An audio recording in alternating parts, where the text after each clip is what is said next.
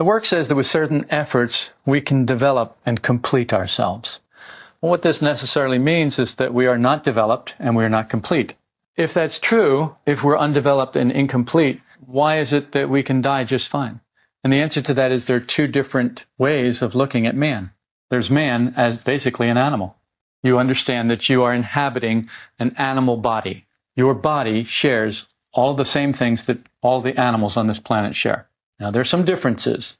You walk upright. You have the ability of speech and language in a way that seems to be higher than other animals. Although it appears that there are other mammals who do have the ability of some kind of speech that we haven't learned quite yet. For instance, I think dolphins is an example. Whales is an example. Obviously, birds communicate. So there are animals that communicate. They all communicate in some way. We seem to have the ability to read and to write. We have the ability to make books and to leave records and to paint paintings. And other animals don't do that. So we're clearly a higher form of animal, but animal nonetheless. We still need to eat physical food, put physical food into our physical bodies in order to keep going, just like all the other animals. So in a sense, we are a species of animal. We inhabit the body of a species. When the work says with certain efforts we can develop and complete ourselves, what it says is there's nothing you really have to do very much of. Mostly you learn what you have to do to develop as a species.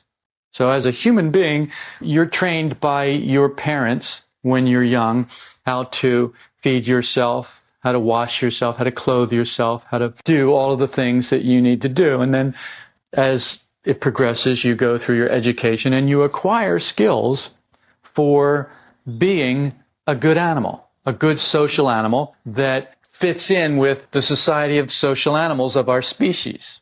Now, the problem that we have with this is it's not very flattering to us. It really offends our inflated sense of self. Our egos, this pride and vanity that we are burdened with, thinking that, well, we're the crown of creation. We were created specifically, individually by God, and so we're different. And we are different. But we share a lot of the same thing. The difference for us is that we can develop in a way that other animals cannot. And I don't mean just being able to use tools and read and write and paint. I mean that we can develop in a totally different direction that the other animals cannot.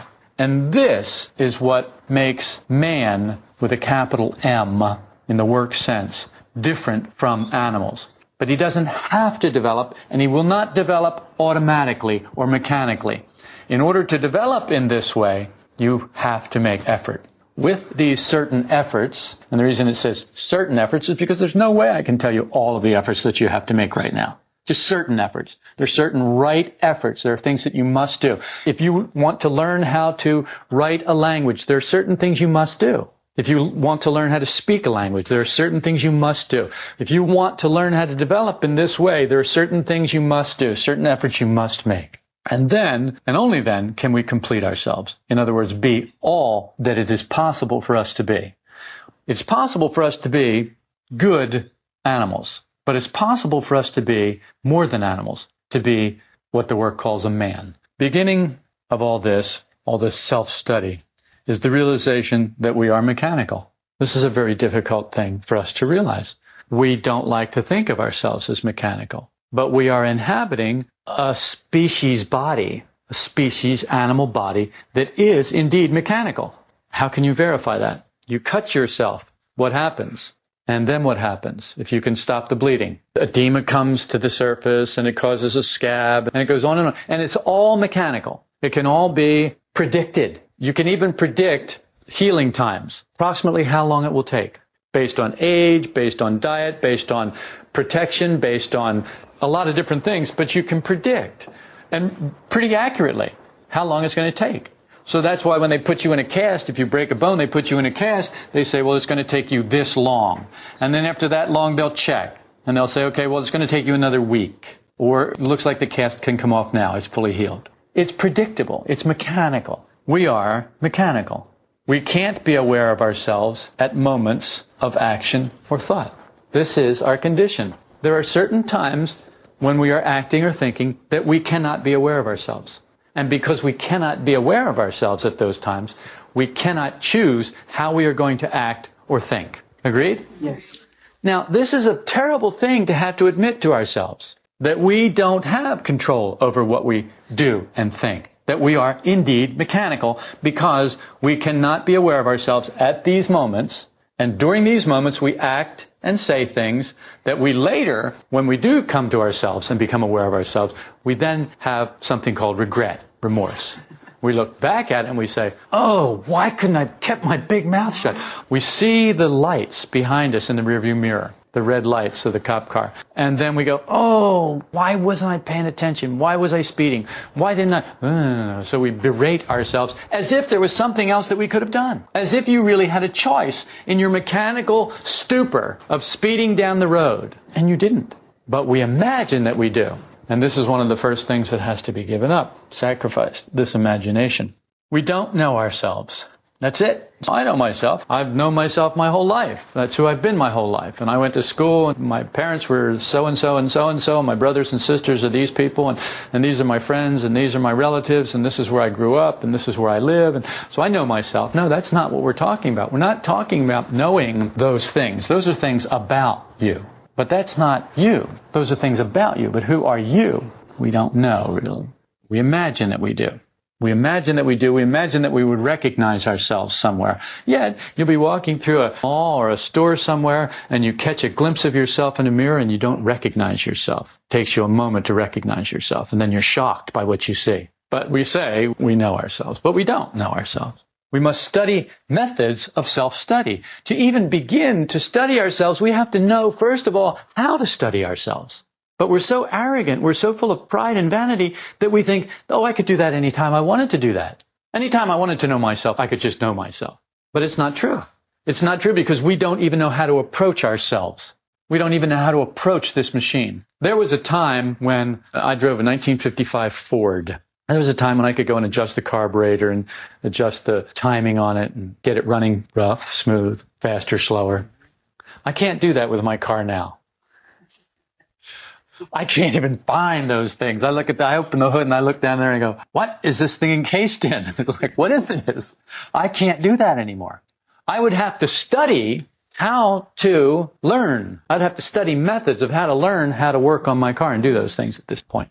I'm not willing to do that now. I've got other things to do. I need to find out how to make this machine work, how to clean this machine and get it running right. I don't have time for that. I pay somebody else for that. Somebody else who has studied a long time and gone to school to learn how to do that. They do that. And they have machines and equipment and they can do that. And I'm not interested in learning that. I have something else I need to learn. It's not enough to know that we're not self-conscious, that we are not aware of ourselves. That goes directly back to what I said is, you don't have any control over your thoughts and your body, your actions at certain moments. It's not enough to know that we don't have any control. It's not enough to know that we're not self-conscious. It's not enough to know that we're not aware. We need more than that. We must verify it personally. It's not enough for me to say this to you. It's not enough for people to hear this.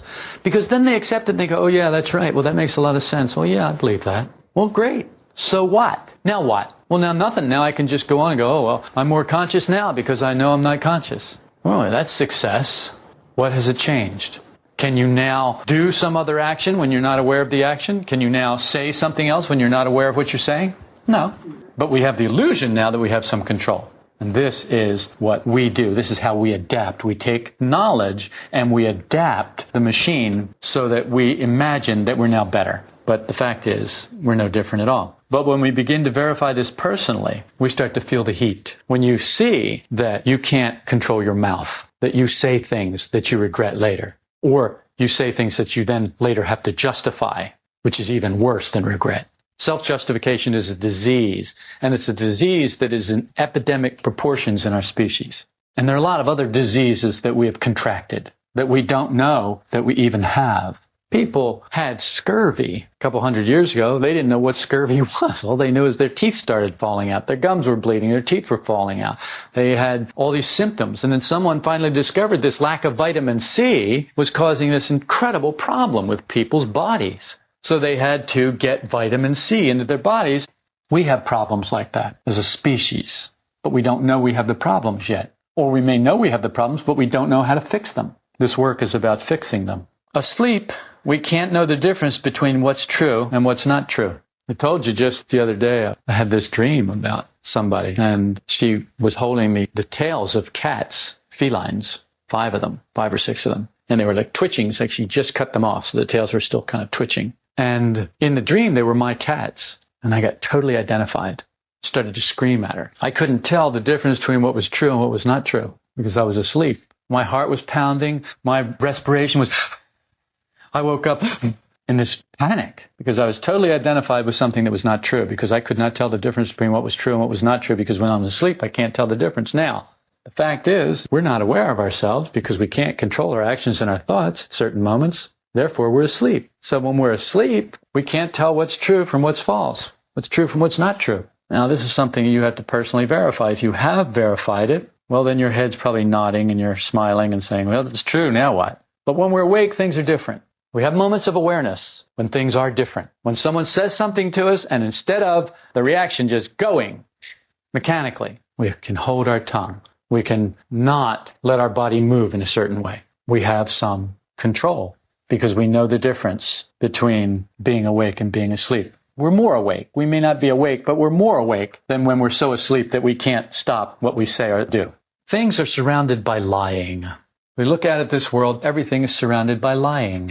This knowledge will help us to remove some layers of lying. We look at ourselves in the mirror, and the image that we see is surrounded by layers of lying. We don't see what other people see. We see something else, and it's surrounded by layers of lying. That lying takes the form of pictures.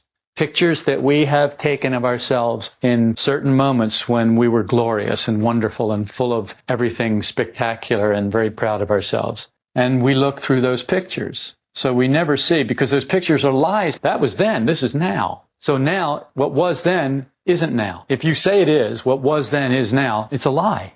And what we do is we filter everything through these lies. So everything in life is surrounded by layers of lying. We're the ones doing the lying, and everyone else is lying as well. And what we do is we all get together in groups. It's like the Liars Club. Liars Club groups. They're Democrats, Republicans, Greenpeacers, Skinheads, Ku Klux Klan, NAACP. And what they all are is just liars clubs who all get together and they agree together, this will be our reality. We'll all agree and believe this. This will be our lie. Great. So now we've ensured that we can't wake up. It's what most religions are. Only when we begin to awaken do we realize the state that we are in now. You must begin to awaken to see where you have been living your life.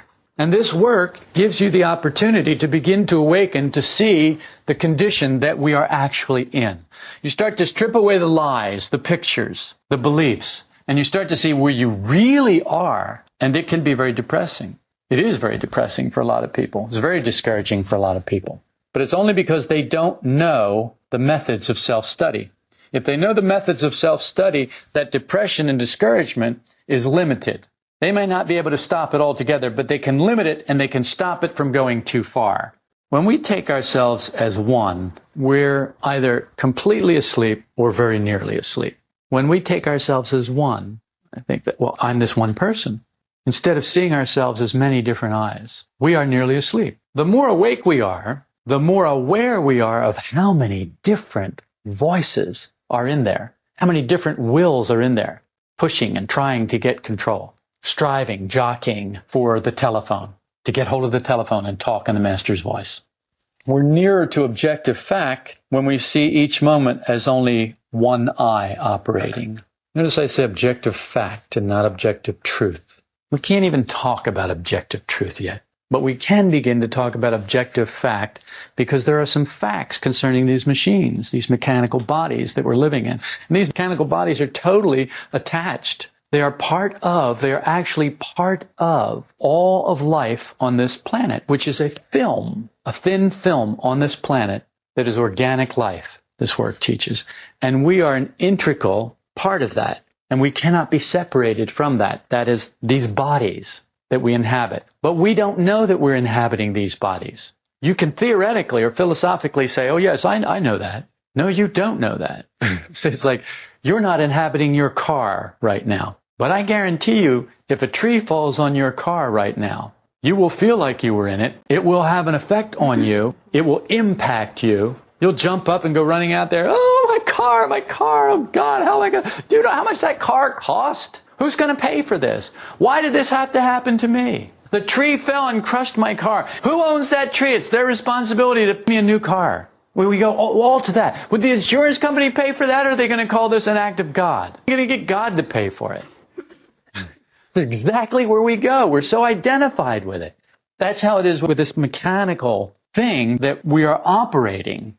But the problem is that we're operating this body, this mechanical body, unconsciously. The same way that you operate your car. How much awareness does it take? Once you've learned how to drive and you've got a few thousand miles under your belt, how much consciousness does it take to drive your car? Well, it doesn't take hardly any. The proof of that is look at people driving down the road, drinking coffee, reading books, putting on makeup, shaving, talking to somebody, fishing around in the glove compartment. They're not even looking. And they're driving down the road at 60, 65, 75 miles an hour. You've done it. You just want to lie about it. We don't want to think of ourselves that way. We have better pictures of ourselves, much better pictures of ourselves. We're full of pride and vanity when it comes to these things, which keep us from actually seeing the way it is. We cannot be conscious, want to be. If I come up to you and I say, okay, be conscious right now and stay conscious for 3 minutes. It's hilarious. You laugh in my face because you know. But people who don't know, they would laugh in my face and say, well, I am conscious. So no matter how I cut it, teaching this, I'm going to be laughed at. You're going to laugh because you realize it's true, or you're going to laugh because you realize that it's not true, that I'm a madman and I don't know what I'm talking about, or seriously deceived, whatever. But we can't be conscious when we want to be. The problem is we only realize this after the fact. We only realize after we get the ticket that we weren't conscious. See, Patty only realized after she got the ticket that she'd run a red light, and she looked at it. Diana realized after she got the ticket and got the picture in the mail. They sent her a picture of her driving her car through a red light. And then Diana said, oh, they took a picture of me driving through a red light. Then, after the fact, she became conscious. But she was not conscious in that moment. Patty was not conscious while she was driving through the red light. But we don't know that. We are convinced that we're conscious all the time.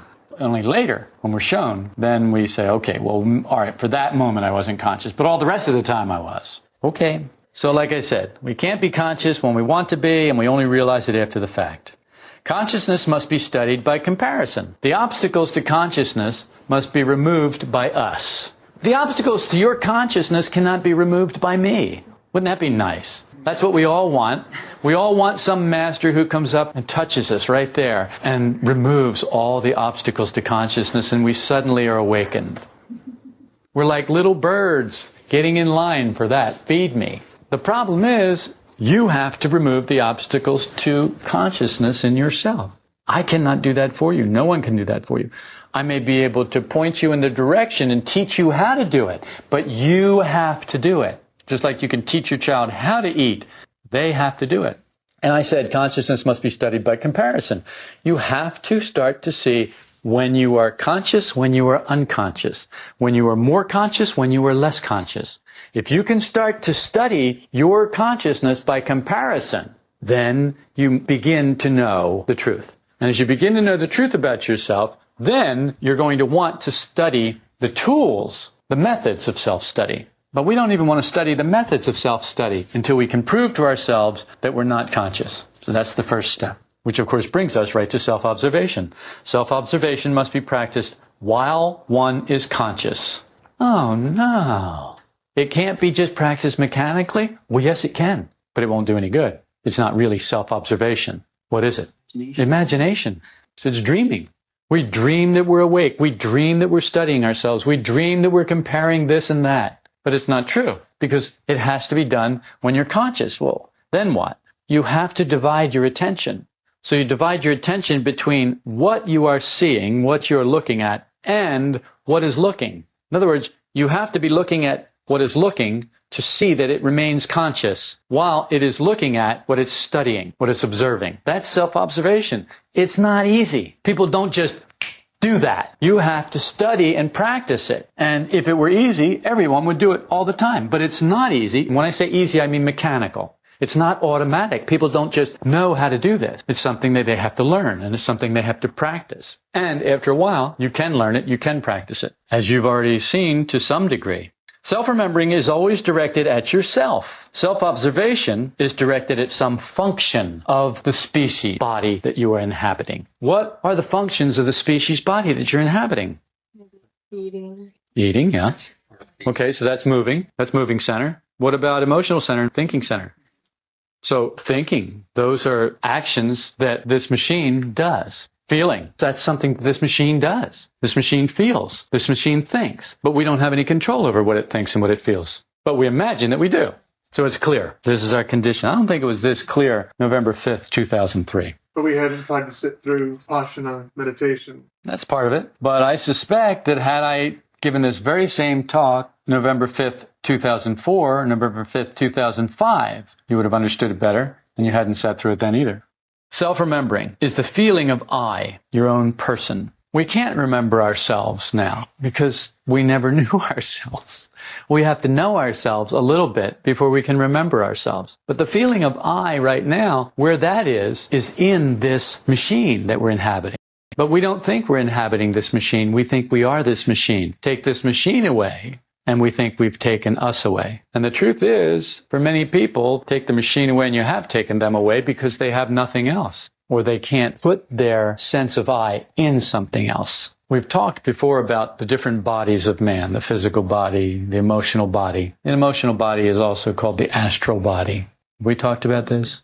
We talked about this, okay. Our astral bodies are war-torn because from an early age, we are wounded emotionally over and over again by the people in our lives. And each of those wounds leaves a scar. The more intense that wound, the deeper that scar, the worse that scar. Because we're sheep, we have this habit of ruminating. And what ruminating is it's going back and bringing up again that very thing that caused the emotional scar and chewing the cud. Going through the whole thing again and again. We do that so many times until that scar is then chiseled in stone. Deep, deep, deep.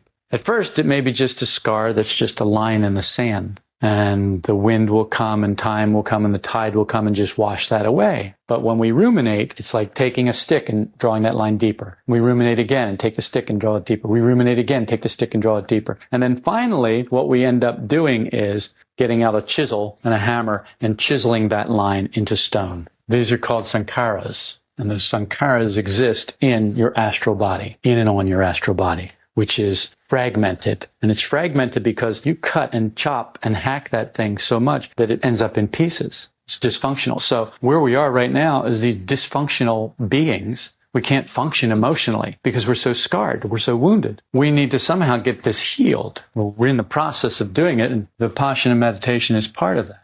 Self-remembering is not what we're talking about that, but we can't really do it. The feeling of I, your own person. Through self-observation, we realized we do not remember ourselves. We begin to observe ourselves, and then we realize we don't remember ourselves. If we did remember ourselves, then we wouldn't say the things we say and do the things we do, because we would be remembering ourselves. We would be remembering ourselves, and we wouldn't have to be identified with this mechanical thing that is always saying and doing the stuff that whatever it's attached to, it's reacting, jerking around, doing whatever it's doing, because it is controlled by this huge film of organic life on this planet and whatever is acting on it. And what is acting on it? Well, everything. The sun is acting on it. Well, how do I know that? Well, look at organic life on this planet. Look at the trees. The wind is blowing the leaves and the trees around. The sun is making them warm and grow, and they're photosynthesized because of it. The earth is nurturing them. The water is nurturing them. The sun is nurturing them. So they are at the effect of those elements, aren't they? We are part of that. We're at the effect of those elements.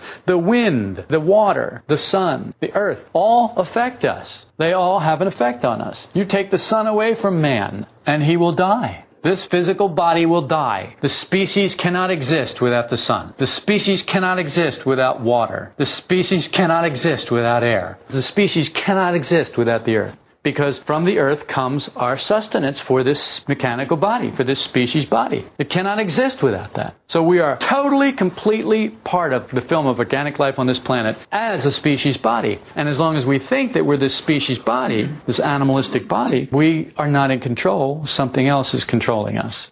We want to develop fully, complete ourselves. Then we need to know how to do that. We need to know how to stop being identified with this species body. How to stop the emotional wounds and scars from occurring on the emotional body. We don't know how to do that, but we're learning. Do what you can. Either observe at the moment or remember it later. And that's all we can do right now. We can either observe at the moment what's going on, or we'll remember it later. But if you can remember it later, that's good. If you can observe at the moment, that's better. But we can't do that. We've already established we can't do that. We've already established that at certain moments, we can't control our thoughts and we can't control our bodies, our actions. We've already established that at certain moments we cannot wake up when we want to wake up. We cannot be awake when we want to be awake. As a matter of fact, the only way that we ever knew that we were asleep is when we wake up. Some conscious shock will wake us up and we realize we've been asleep. But we have no idea how long. Could have been for hours, could have been for minutes, could have been for days, could have been for years. There are people who sleep for lifetimes. They wake up in some other lifetime. That may be too much right now. We can change. If we can be more conscious, this will make higher centers active. Higher centers are really already active. But what that means is it will make them active in influencing us. We will put ourselves in a place where we can be acted on or influenced by higher centers. At the moment, we are acted on and influenced by higher centers. Just in the same way that when you're lying on your bed, snoring, you are being acted on by oxygen, the air you're breathing. When you're asleep, you don't know that, but you're being acted on. So it's influencing. Now, when you're awake, you can determine how you're going to breathe. You have the ability to do that, yes? You can determine whether you're going to take a deep breath now, hold your breath, take short breaths. You have some control in that when you're awake. When you're asleep, you don't. But we can change. Self-awareness is the greatest change possible to us. So the greatest change that we can make is we can become aware of ourselves, which is a huge change. Doesn't look like much. Well, that doesn't seem like much. So yeah, try it. When you try it, you realize you can't wake up when you want to wake up. You can't stop saying what you don't want to say. You can't stop doing what you don't want to do. You can't say what you want to say, and you can't do what you want to do because you can't wake up long enough to be in control of it. And self-awareness, self-consciousness becomes a big deal. Realizing that you don't remember yourself, in a sense, is self-remembering, because you're beginning to see that there is something other than what you think you are. Because when you're not remembering yourself, you're identifying with this other thing, this mechanical thing, this species body. You're identifying with this, and when you're identified with it, this is what you think you are. If the realization that we don't remember ourselves becomes constant, then we can remember ourselves. We begin to realize I don't remember myself. We can start to remember that all the time. Then we're remembering ourselves. So just the simple fact of remembering that we don't remember ourselves is the first step to remembering ourselves. We must be able to feel when we're identified. You've got to be able to feel when you're identified. That's not enough. Then you've got to stop it. That's a lot more difficult. But it's very difficult in the beginning to even know when you're identified. How long has it taken you? It's taken you years of practice and study. Because now you'll say to me, I'm totally identified. I can't see it because I'm just totally identified. The next step is learn how to stop it. So I'm totally identified. Okay, stop it. And that's what I'll say to you. You just said to me the other day, why am I identified? I said, well, stop it. Well, I will later. Well, why won't you stop it now? And I'll tell you why. Because you're justifying it. You stop justifying it and you'll stop identifying with it. But remember that sickness, self-justification. It's automatic. It's a mechanical response for us. That will be self-remembering. Feel when you're identified and stop it. Why would you stop it? You'd have to remember yourself to stop it. You'd have to remember yourself and what you're doing here and why you're in the work and what your aim is. So you'd be remembering yourself, wouldn't you? You see that remembering yourself is really a higher state of consciousness. All it is just a higher state of consciousness. It's what naturally occurs in a higher state of consciousness. When your level of being is increased, self-remembering is what naturally occurs. It's what happens. Real self-remembering requires emotion. Right now we work in the dark. We work by feel. We have to grope around in the dark. But when we have emotion, when we start to heal emotionally and we have emotion, we can connect up with a higher emotional center, then we begin to work in a totally different way. You must be able to see when you were wrong and control your thoughts. This is so difficult because we're never wrong. Because of the disease of self-justification, we're never wrong. Ever. After the fact, we can see that we were wrong. Maybe, if we've been working. But when we're being wrong, it's very difficult to see that we're wrong. We've got to learn how to see when we're wrong and control it, stop it, control our thoughts at that time. Why control our thoughts at that time? Yes? That's the only thing that we can actually do is direct. That's right, because that's where we begin. Control your thoughts. You see you're wrong. Okay, I'm wrong. If you can't control your thoughts at that moment, your thoughts will start to justify, and then you won't see you're wrong anymore. It'll cover it right up. So you've got to be able to control your thoughts at that moment. Emotional shocks make you realize, I am. You get emotional shocks, and I don't mean scars. I don't mean those kinds of wounds. I mean real emotional shocks.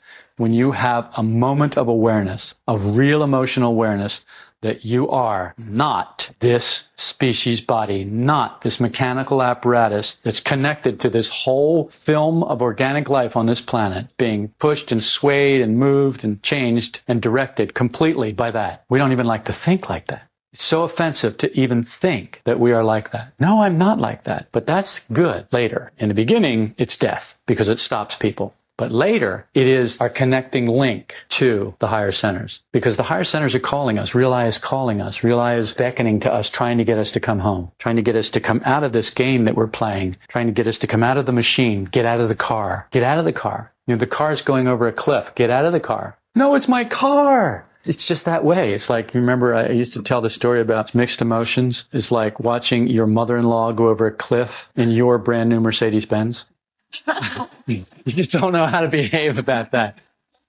The thing is that when we're identified with our brand new Mercedes-Benz that just got in a wreck, whether we're identified because we just bought it and we're out there driving around and going, hey, look at this, and we're going to visit all our friends and taking them for a ride and then driving slow by windows, so we can see our reflection, stuff like that. We're identified with that side of it, but we're just as identified when we're in a wreck. Oh my God, my car, look at my car, what did you do to my car? Ah! That car has gone over a cliff. There are a lot of people who won't get out of the car. They just ride it right down. What I'm saying is, get out of the vehicle. It's going over a cliff. Get out of it. What does that mean? Get out of my body? No. I'm saying start to see your body as what it actually is. It's your connection to the film of organic life on this planet, but it's not you. And you can't control it. Oh, yes, I can. Look, I can raise my hand. Look, I can put my hand down. Yeah, have a stroke and tell me that. Oh, well, that's different. Yeah, it's always different when I'm talking about the truth. When you're talking about your illusion, it's always the same. You're always in control. You always know. You always can handle it. You're always awake. But then your life doesn't show that. Well, then what are you doing here and why are you listening to it?